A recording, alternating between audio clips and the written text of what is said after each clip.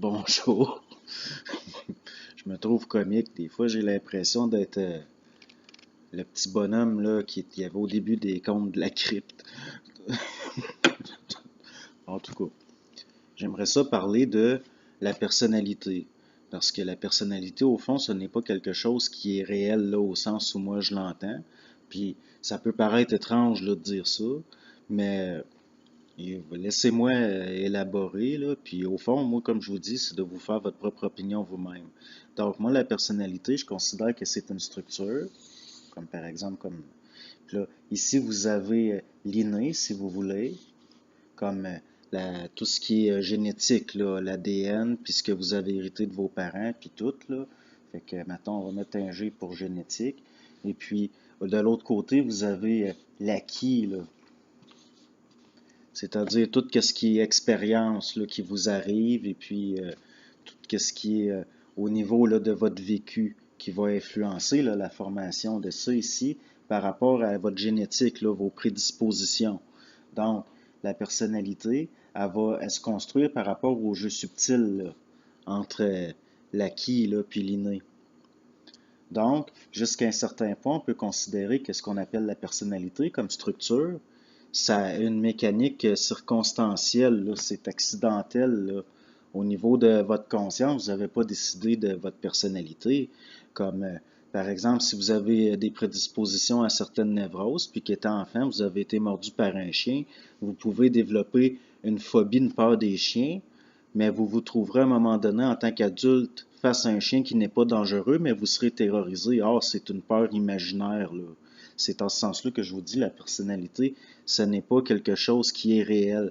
Puis une fois qu'on étudie ce processus-là, je vous dis, là, entre l'inné et l'acquis, là, qui fait qu'au fond, c'est circonstanciel la personnalité de la façon que ça se forme, que c'est accidentel.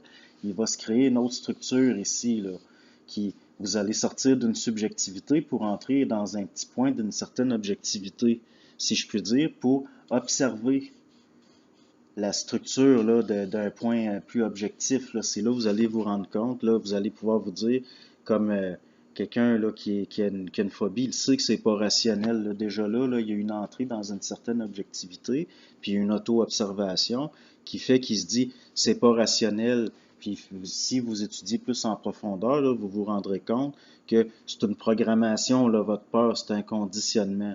Parce qu'au fond, au niveau de la génétique, c'est de la programmation. La génétique, c'est un code, comme on le dit, là, si vous voulez, comme au sens de la cybernétique, un programme. Puis ici, là, ça ici, c'est lié au conditionnement là, qui entre en relation avec la programmation, si vous voulez. Et puis, plus là, ici, là, vous rentrez ici, là, plus vous allez entrer dans là, vous allez développer ce qu'on pourrait appeler une conscience de votre conscience, c'est-à-dire une conscience au-dessus de la conscience, ce que certains appellent une métaconscience là, en tant qu'observateur. Donc, là, plus là, vous allez vous rendre compte, puis aussi, il y a d'autres phénomènes, là, parce qu'on pourrait dire ici, là, dans le subtil, il y a un potentiel, là, parce que vu que ça ici, là, c'est restreint, que c'est circonstanciel, il y a un potentiel, si on peut dire, que lui, il ne peut pas se manifester. Mais à mesure, là, comme par exemple, par l'auto-observation, puis la plupart des gens, ils ont besoin des thérapeutes, des psychologues là, pour arriver à ce que je dis. Mais moi, ça n'a pas été le cas, là. Au contraire, même, je dirais, là, moi, je les considère quasiment comme des nuisances, ce monde-là, parce qu'ils sont d'une grande subjectivité souvent, parce que c'est pas une science exacte, puis des fois, c'est doctrinal, là. Des choses comme la psychanalyse freudienne, la psychologie analytique, là, comme Jung. Moi, à mes yeux, ça, c'est un peu trop doctrinal, puis ça fait que l'analyste, le psychologue, souvent va entrer dans une subjectivité parce que, justement, il y a un conditionnement, là, puis, puis pourtant, c'est ça, là, la structure qui nuit, là, qui nuit. Puis comme par exemple, si des fois vous avez des instincts, là, que par intuition, des fortes intuitions, que vous savez que c'est ça, puis ça se révèle vrai, ou par exemple, vous dormez, là, puis vous vous faites réveiller en sursaut là, un matin, là, puis si ce n'était pas arrivé, vous auriez manqué un rendez-vous. C'est un peu de ce potentiel-là ici, là, qui n'a pas pu se développer à cause de cette structure imparfaite-là, qui est circonstancielle, qui a descendu, il a descendu un peu. Voyez? Donc, là, on n'est plus, là, c'est plus de la connaissance, là, parce que ça, c'est lié à ce qu'on pourrait appeler de la connaissance. Ça, c'est un savoir. ce qu'on pourrait appeler le savoir, ceux qui font la différence, là. Mais l'affaire, c'est que plus vous allez comprendre là, les processus liés à ça, puis même vous n'aurez pas besoin de l'intellectualiser, là, vous allez voir. Vous allez voir de plus en plus, c'est ce qu'on appelle l'intégration. C'est-à-dire que euh, c'est difficile. Il ne faut pas s'arrêter là, au niveau là, de la forme, la structure de ce que je dis, mais voir ce qu'il y a en arrière. Là. Il y en a par instinct, ils vont comprendre ce que je dis. Et puis plus là, ça ici, là, la structure, elle va se fragiliser. Parce que ça ici, ça va créer des chocs. Vous allez vous rendre compte là, qu'il y a des affaires qui ne se tiennent pas de bout là, dans la façon que votre personnalité s'est construite, qu'il y a des choses qui n'ont pas d'allure. Puis donc, ça va créer des chocs, ça va fragiliser la structure de la personnalité qui n'est pas réelle au fond, elle est circonstancielle, c'est pas, c'est de l'intelligence sous régence là, animique dans le sens de l'émotivité et puis votre programmation là, de l'animalité, la programmation, là, si on peut dire la génétique. Et puis bon, puis ça va se fragiliser. Il va y avoir un transfert, là, si on peut dire ici, ça va grossir, ça là. Ça va grandir, puis ça ici, ça va se défaire de plus en plus. OK? Puis là, ça va créer un dynamisme, là, ça va engendrer, il va y avoir un lien. Puis là, ça va descendre de plus en plus votre potentiel qui était inexploité au niveau là, de votre conscience.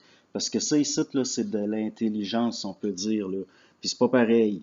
Vous avez de plus en plus, vous aurez de moins en moins besoin d'intellectualiser ou de réfléchir à quelque chose là, pour arriver à des conclusions qui vont s'avérer par la vérification ensuite être vraies. Là, ça va descendre de plus en plus, là. Puis à un moment donné, là, possiblement, là, il y en a qui vont, on approche d'un temps où il y a plus de monde qui va le vivre, là. Ça, là, ça va s'unir, là. Ça va s'aligner, si vous voulez, ça va se tasser ici, ça, puis là, j'utilise des images, là, mais il ne faut pas s'arrêter à... Puis c'est pas métaphorique non plus nécessairement, c'est très très concret, là, pour quelqu'un qui le vit puis qui comprend ce que je dis. Donc, ça ici, ça va descendre de plus en plus. Ça se tasse là. Puis il y a un alignement. Puis là, ça descend, puis ça descend, puis ça descend. Puis vous allez comprendre de plus en plus de choses. Mais le fait que ça, là, de comprendre ça, de l'observer, puis ça crée des chocs, là, comme je dis, qui vient fragiliser, ça va créer énormément de souffrance au début. Parce que savoir d'une façon objective, c'est quelque chose d'extrêmement souffrant. C'est là ça va enclencher ce qu'on pourrait appeler des processus d'intégration. C'est-à-dire que l'énergie là, dans votre psychisme là, qui va au début être dans de l'émotivité, puis des choses comme ça, de plus en plus, elle va se transférer dans d'autres structures. Vous allez intégrer.